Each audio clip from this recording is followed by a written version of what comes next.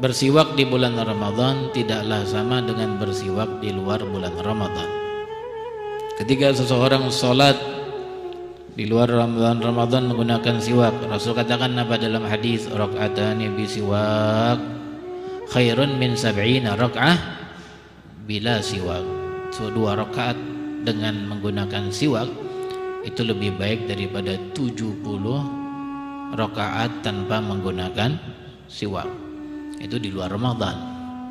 Di hari-hari biasa, satu orang sholat 70 rakaat nggak pakai siwak, satu orang sholat dengan siwaknya, lebih baik ini yang pakai siwak dan mengungguli yang 70 rakaat tanpa siwak. Dari itu di bulan Ramadan usahakan untuk tidak meninggalkan siwak. Walaupun jika misal kita kelupaan, karena siwak ini ada setan yang nakal untuk ngumpetin siwak muslimin. Nah, jadi sering, jangan heran kalau punya siwak hilang mulu. Kayaknya ditaruh di sono tapi jari nggak ada, terpindah lagi ke sana. Kayaknya ada di kantong baju yang itu, dicari nggak ada, terpindah di kantong yang satu lagi. Emang ada jinnya yang begituan, mengusik dan mengganggu ibadah umat Islam. Tapi kita tentunya nggak akan kalah dengan dia aja terus berjuang untuk setan ini terus berjuang untuk mengalahkan kita dalam menggunakan siwak sampai kita nggak mau pakai siwak karena sering kita lupa atau kehilangan siwak kita pun jangan sampai kalah semangat untuk terus bersiwak sampai dia gigit jari, kan mestinya begitu. Nah, ini di bulan Ramadan jangan sampai sholat tanpa siwak, apalagi sholat taraweh yang banyak rakaatnya. Ya, kita ngakuin kita bukan ahli ibadah seperti Imam Junaid bin Muhammad yang kalau masuk tokonya, warungnya, sebelum dibuka tirai tokonya dia sholat 300 rakaat di situ. Kita bukan orang begitu. Kalau ditanya, ente paling banyak sholat apaan? Jawabannya apaan? Taraweh udah. Mana ada di antara kita? Ya, mudah-mudahan ada, tapi belum saya lihat dengan mata kepala sendiri ada jamaah yang sholat satu malam, setiap malamnya di luar Ramadan atau di luar Ramadan ada 100 rakaat. Belum pernah dengar. Kalau kita dengar ada, alhamdulillah. Tapi kita akui kebanyakan kita paling banyak sholat yang kita kerjakan sholat taraweh. Dan itu kalau kita pakai siwak di setiap kali sholat taraweh 2 rakaat, maka lipat ganda 70 dilipat gandakan karena bulan Ramadan. Dan itu sayang kalau nggak didapatkan hanya karena nggak menyertakan kayu yang dinamakan dengan kayu arok ya, yang dijual hanya 10.000, 15.000, tapi ketika diluputkan itu pahalanya banyak yang hilang dari kita sekalian. Nah, siwak ini kalau kita lagi puasa, kata ulama bahwa makruh menggunakannya kalau sudah zawal, kalau sudah tergelincir matahari.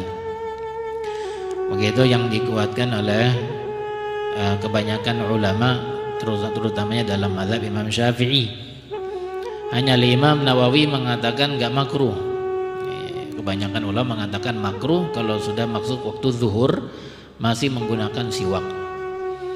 Artinya salat zuhur ente pakai siwak makruh. Ba'diyah qobliyah zuhur pakai siwak makruh, apalagi asar, qobliyah asar, kan begitu. Tapi kalau udah maghrib udah sunnah lagi. Kalau sudah masuk zuhur, dia sudah tergelincir matahari, maka makruh menggunakan siwak. Membaca Quran makruh pakai siwak. Kalau bacanya udah masuk zuhur, habis sholat zuhur misalnya, baca Quran setengah juz atau seperempat juz atau 1 juz, makruh menggunakan siwak. Jadi baca aja langsung. Itu dalam pandangan kebanyakan ulama. Tapi Imam Nawawi mengatakan bahwa enggak makruh walaupun menggunakannya setelah zawal, setelah tergelincir matahari. Itu setelah masuknya waktu zuhur. Enggak makruh. Kenapa?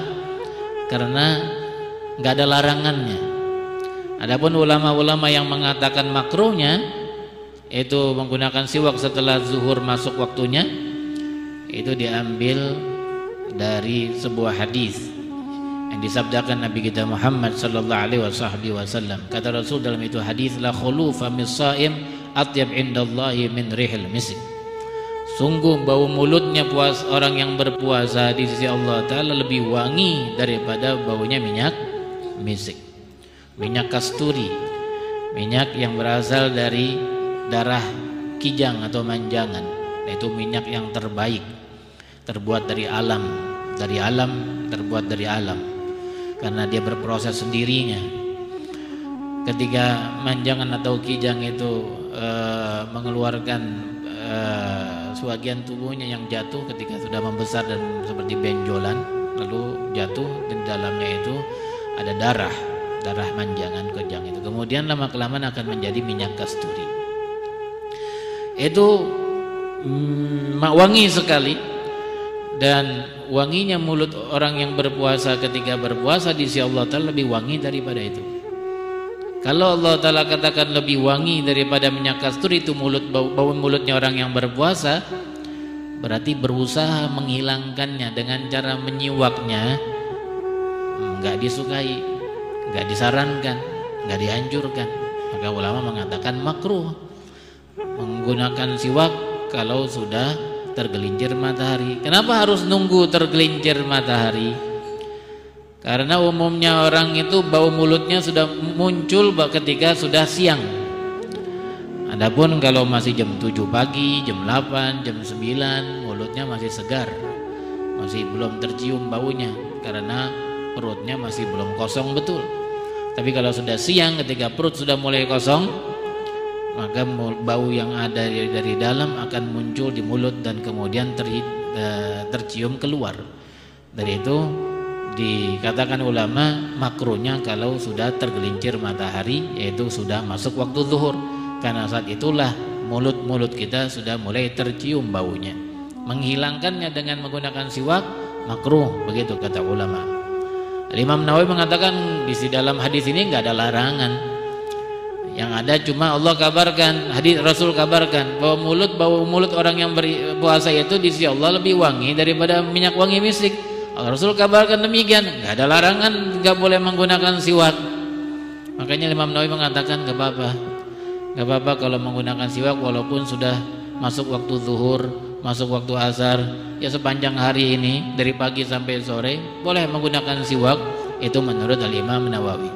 Ulama salaf di Hadramaut ambil jalan tengah.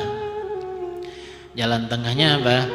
Jalan tengahnya mereka nggak sentuh siwak kalau sudah asar. Jalan tengahnya begitu. Asar nggak disentuh siwak. Ya, tapi kalau habis zuhur masih disentuh. Tapi kalau udah asar nggak disentuh. Jadi kalau salat asar, qobliyah asar nggak gunakan siwak mereka. Tapi kalau zuhur, qobliyah zuhur, ba'da zuhur masih menggunakan siwak. Itu jalan tengah yang diambil ulama salaf Hadramaut. Begitu yang sampai kepada kami dari guru-guru yang mengajarkan kami di sana. Hadirin hadirat yang dimuliakan Allah. Lain lagi dengan Pepsodent. Ada yang nanya itu Pepsodent sama nggak dengan siwak? Kalau siwak dia nggak ada rasanya, nggak ada manis-manisnya. Kalau baru-baru mungkin ya ada rasa dikit. Tapi kalau siwak udah seminggu di kantong ente, itu yang ada baunya lain yang berubah mungkin. Kalau masih bau-bau mungkin bau siwaknya ada. Kalau masih baru-baru. Tapi lain dengan yang namanya Pepsodent ini. Ada seorang alim ditanya tentang Pepsodent ketika digunakan sewaktu pagi ataukah sewaktu sore ataukah sewaktu siang. Waktu kita sedang berpuasa. Apakah sama dengan siwak?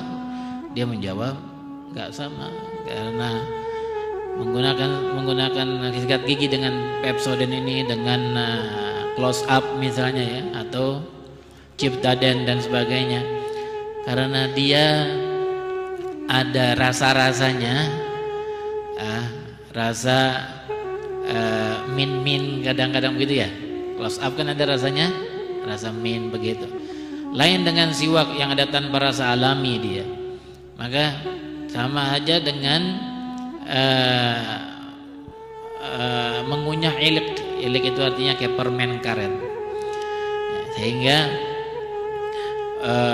menyegarkan mulut dan ada rasa segar di mulut.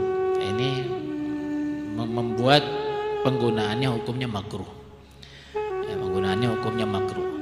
Tidak batal puasa seseorang ketika gosok gigi dengan Pepsodent di siang hari, kecuali kalau ketelan. Ketelan nggak sengaja, batal. Ya, walaupun nggak sengaja. Jadi kalau lagi gosok gigi, tiba-tiba ketelan itu pastanya, odolnya yang kita gosokkan di dalam gigi kita, maka batal puasa seseorang. Walaupun dia nggak sengaja, itu tertelan tanpa sengaja. Begitu kata ulama kita.